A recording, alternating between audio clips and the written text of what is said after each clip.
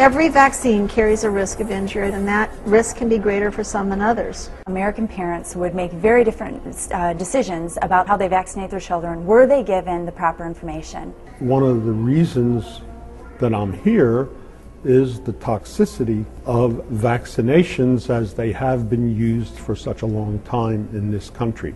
It's not in the best interest of your children. You're going to be trading some innocent types of diseases that we now know how to handle better for other problems such as allergies, asthma, even autism for years to come.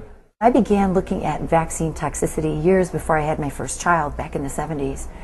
And back then there was enough information for us to see that the whole theory of vaccines could be terribly flawed, and that by dumping stuff into the blood could in fact cause some severe long-term illnesses.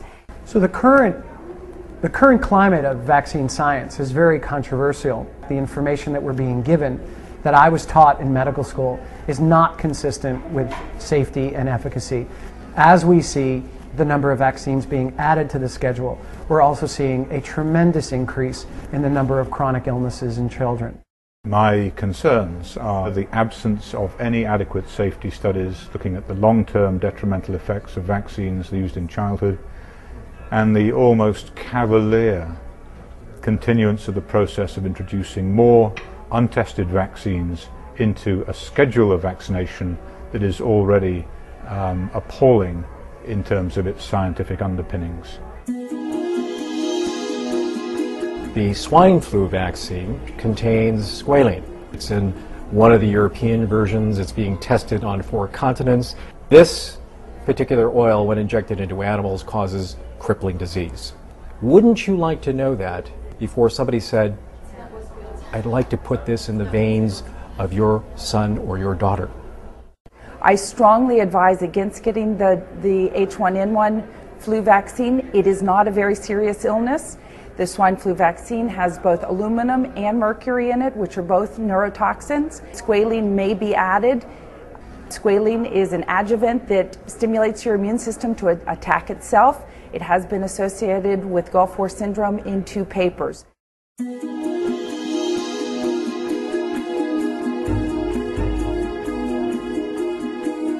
This public readiness and emergency preparedness waiver was issued for all the H1N1 vaccines to be used in the United States, including any novel adjuvants if they are used. These waivers have also been issued for pandemic influenza vaccines of a number of types.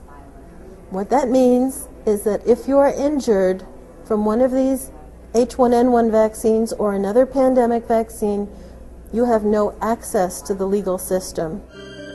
At this point, it's become very clear that the government is engaging in a deliberate practice of censoring science, of suppressing science, with simple changes in the vaccine schedule, such as delaying vaccines, getting out the metals such as aluminum and mercury, separating the shots, that they can reduce the amount of adverse events.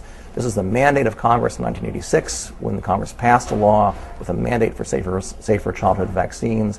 This has never been carried out because the government officials are simply afraid of the results. At this point, it's gone beyond regulatory misconduct, I think, to criminal negligence, because the government, it is incumbent on the government to release this information, to fund these kind of studies on an ongoing basis, so that we will have the information we can to change the schedule and to give parents the proper informed consent.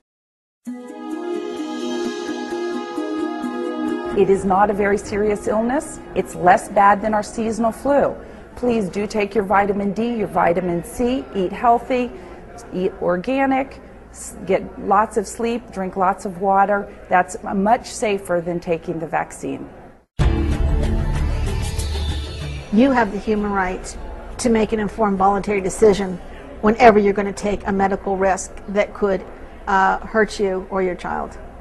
If we're going to look at food, if we're going to look at the plastics in the environment, the heavy metals, the pollutants, the perfumes, the skincare products, antibiotics, we must be open to the possibility that not only is it the vaccination itself, the introduction of materials that are foreign to the body past the natural immune system, But we also must entertain the possibility that some of the byproducts of vaccine manufacturing also make it into the body and destroy or impair or contribute to the destruction or impairment of our children's systems.